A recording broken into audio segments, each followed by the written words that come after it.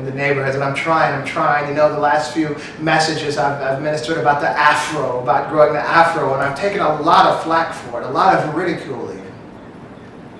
But there's nothing about the Afro itself necessarily. Let me explain it, and I want to explain how the Afro, how I've been expressing this Afro to symbolizing what it symbolizes in the African American community, and we recognize that we have this need in every community. The Afro is sort of a symbol. Let me explain. As I'm in the inner city, I see a tremendous destruction in the lives of individuals themselves and as well against each other. And I have to believe that I think we can all understand that basic and agree that basic human trait is being survival and a happiness and a quest for happiness, that all we do really is in a quest for happiness. And the problem that we have is we believe certain actions, certain roads and paths that we take will lead us to that happiness, to that satisfaction. Even the drug addict, the child molester. And when I say satisfaction, maybe relief of ills perpetrated on the individual, something, you know, deeper than what can consciously be figured out. Self-imposed destruction, of course, on ourselves and on people around us. And so what I'm saying, especially in the black community today, that there is, of course, a low self-image, a self-esteem issue going on. We don't like ourselves. And we see it in even something as simple. Now, the Afro had to do with the hair, because we see in the black community where we're cutting off all of our hair, or many of the women are pasting straight hair, or weaving straight hair, or getting our hair pressed, or wearing wigs. And in itself, that may not be anything, because people do that all over the world. But it's one thing if you're just having a bad hair day.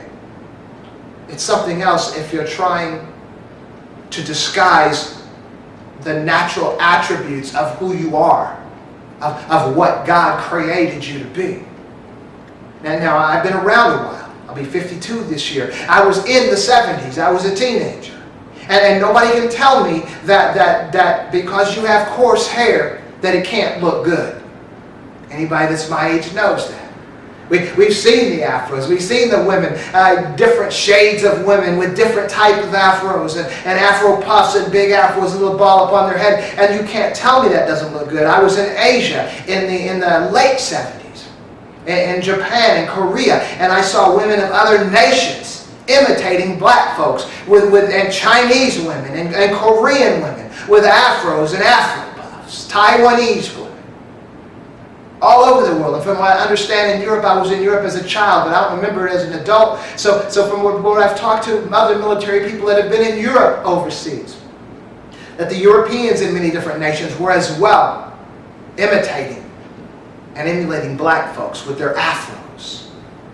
So you can't tell me that it doesn't look good. We just have to recognize that for some reason the culture has changed its mind. And this is what's very important for us to recognize, is that there seems to, I don't want to say a concerted effort, but there has been a concerted reality that has affected the minds of African Americans from being well to being not well, from thinking they're looking okay to thinking they're not looking okay, that an Afro no longer does it, but straight hair will. So I'm going to take straight. Come on now, think about that deeply. And we want to say, you know, I was talking to an individual about this young African-American girl I mentioned in a previous program, how her hair wasn't quite right, and her mother wouldn't take her to a particular function because she didn't think her hair looked right. I mean, it was a little frizzy and it was kind of braided. It looked great to me, you know, because I saw this is what it looked like in the 70s. Maybe I'm a little biased. But I was telling a gentleman about it, and he said, well, maybe the mother just didn't want her going out there with her hair not looking right. And what I told him, when I said it's a little bit deeper than that, is why do we think that doesn't look right? Not that it looks right or it doesn't look right, that's still up here. But the deeper issue is, why do we believe this doesn't look right and this does? That's what I'm talking about today. Because again, I remember when I was stationed in Japan, I think I was about 19 or 20 years old. And my brother was in Korea, so I'd take leave and go visit him in Korea. And it was funny, where I was stationed in Japan, I was just a mediocre, so-so looking guy. But whenever I'd fly to Korea, which is like a 25-minute airplane trip, I was real handsome in Korea. And so what that gives us to understand is that there's a particular cultural belief system in what looks good and what doesn't in each nation, in each society. And so and the society determines what looks good and what doesn't. And what I'm suggesting today, if you could take, in America, for example, an entire race of people and determine that the characteristics, the physical attributes are unattractive, there's something wrong with that, especially considering that 20 or 30 years ago it was an attractive character trait and now it isn't. And then you look at today, you look at the crime rate, you look at the issues that we have in black communities today, and we recognize, or I recognize, that there might be something related with these two issues. With the issue of a low self-image, not believing that your own particular natural God-given characteristics are okay, and the issues that we find ourselves encumbered with. And to me, it's not even that deep. It's pretty obvious. And so the Afro to me is more of a reminder of myself, of how I was created, of who I am. You know, back in the 70s especially, we had these visualization things where if there was something that you really wanted, you know, you get a picture of it, or you write down the vision and you make it plain, and you focus on it every day or every morning or every night before you went to bed. And, you know, within reason, of course.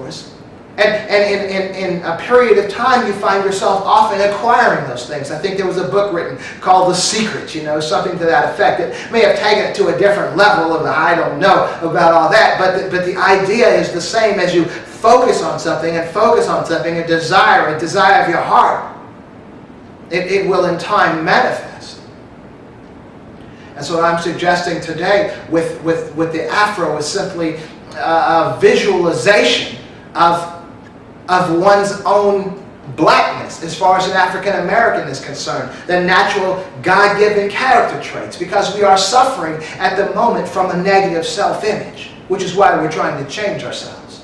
And look at Michael Jackson, look at Sammy Sosa. I mean, there's probably many more, I just don't know, but we have a problem with the coarseness of our hair and the color of our skin. We've even in the black community have determined certain folks are more handsome, certain people are more beautiful, certain hair is better, and we even use the terms good and bad, you know, better and worse for our hair textures.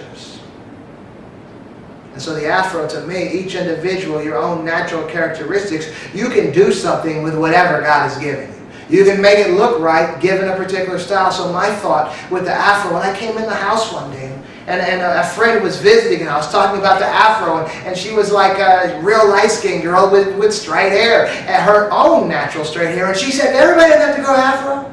And I'm like, that's exactly right. But you should embrace who you are, embrace what you were created to be. We talk about the potter, you know, and the clay saying, why have you created me thus? Let's not question the master. Let's not question the potter. Let's just simply embrace what we're created to be. That's all I'm saying.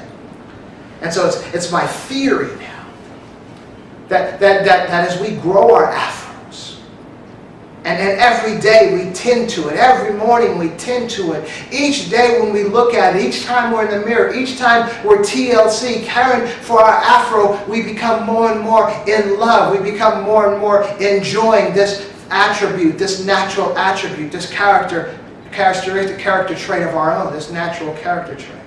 Not character trait, the natural physical trait of our own. And in time we begin to fall in love with what comes natural to us physically. And so this is like a visualization and an affirmation at the same time. So it's not simply about, oh, let's just grow afros like we did back in the 70s. It's not that. I believe in the 70s we sort of failed. I know in the early 70s, and I was kind of young then, but I understand the point, again, was to bring the natural to the forefront so we can find a way to celebrate ourselves. We can affirm ourselves, be proud of who we are. And we began to do that, and like we do, we began to perfect the fro, and we began to get real cool, and we really got into it, and we lost the focus of the point, and we began getting into ourselves in an unnatural and unhealthy way, being cool, this whole cool thing.